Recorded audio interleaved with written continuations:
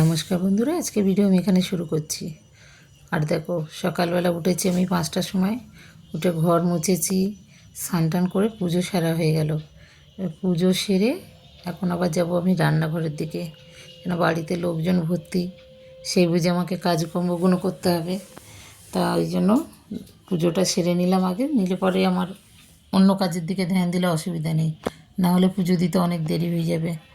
সেই তারপরে আজকের মেয়ের আছে আইবুড়ো ভাত, তো ওই জন্য আমি ওর পছন্দ রান্নাগুলো আমি করব, আর বাদ বাকি রান্না আমাদের ওই ক্লাবে হবে। চলুন দেখা যাক। দেখো, লুচি ভেজেছি, আর হচ্ছে আলুর চচ্চড়ি করেছি, মানে সাদা আলুর তরকারি করেছি। বোন ওদের সবাইকে দিচ্ছে আর আমি এদিকে ভেজে যাচ্ছি। আর রান্না বান্না করবো, এটা করে এখন বাজে 8টা, রান্না বসাতেই হবে, না হলে দেরি হয়ে যাবে। তো ও দিচ্ছে বলে আমি এগুলো করতে সুবিধা হচ্ছে, তাই আমি একটুখানি ফাঁকে ফাঁকে ভিডিও করে নিচ্ছি। এই দেখুন, আলু চচ্চড়ি করেছি, আর এই যে মানে আলুর তরকারিটা করে রেখেছি, আর লুচি। চলো দেখুন নিরামিষ আমি কী রান্না করেছি। দেখুন, মাগুর মাছের ঝোল, আর এদিকে ভাজা করেছি, ভাজা, আর এটা হচ্ছে ফুলকপি দিয়ে কই মাছের তরকারি করেছি, পায়েস করেছি। এদিকে রেডিও করছি, যে মেয়ের জন্য সব গুছানো হয়ে গেছে। এটা মেয়ের আইবুড়ো ভাতের থালা। সব মাংসটা ক্লাবে হয়েছিল, ক্লাব থেকে নিয়ে এসেছি, আর হচ্ছে ডালটা ক্লাবে হয়েছিল, আর আলু ভাজাটা। বাদ বাকি রান্না আমি সব এখানে করেছি। পায়েস করেছি, চাটনি করেছি, 2 রকম মাছ করেছি, ভাজাগুলো করেছি। মানে তোমার বাড়িতে সেটা আবার আলাদা। এবার জোড়া শালিক যাবে, জোড়া শালিককে খাওয়াবো না, না জামাই করে পাত্তা দেয় না, দূর দূর।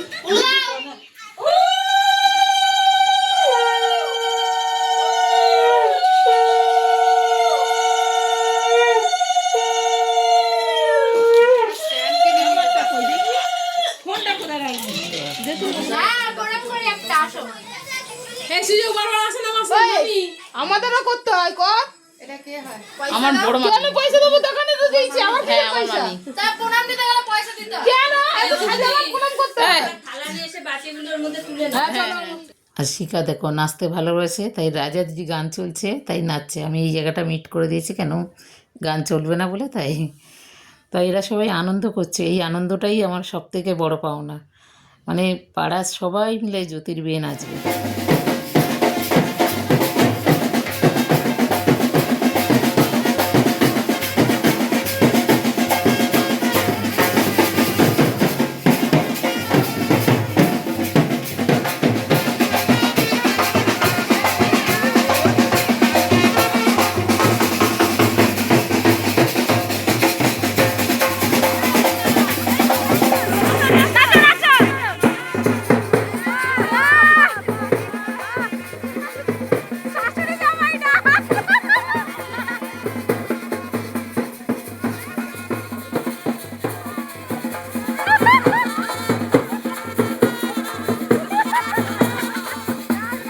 দেখো, এরা সবাই এখন শুরু করেছে, নাচ গান হয়ে গেল, মেলায় যাবে সব। বুঝলে কেন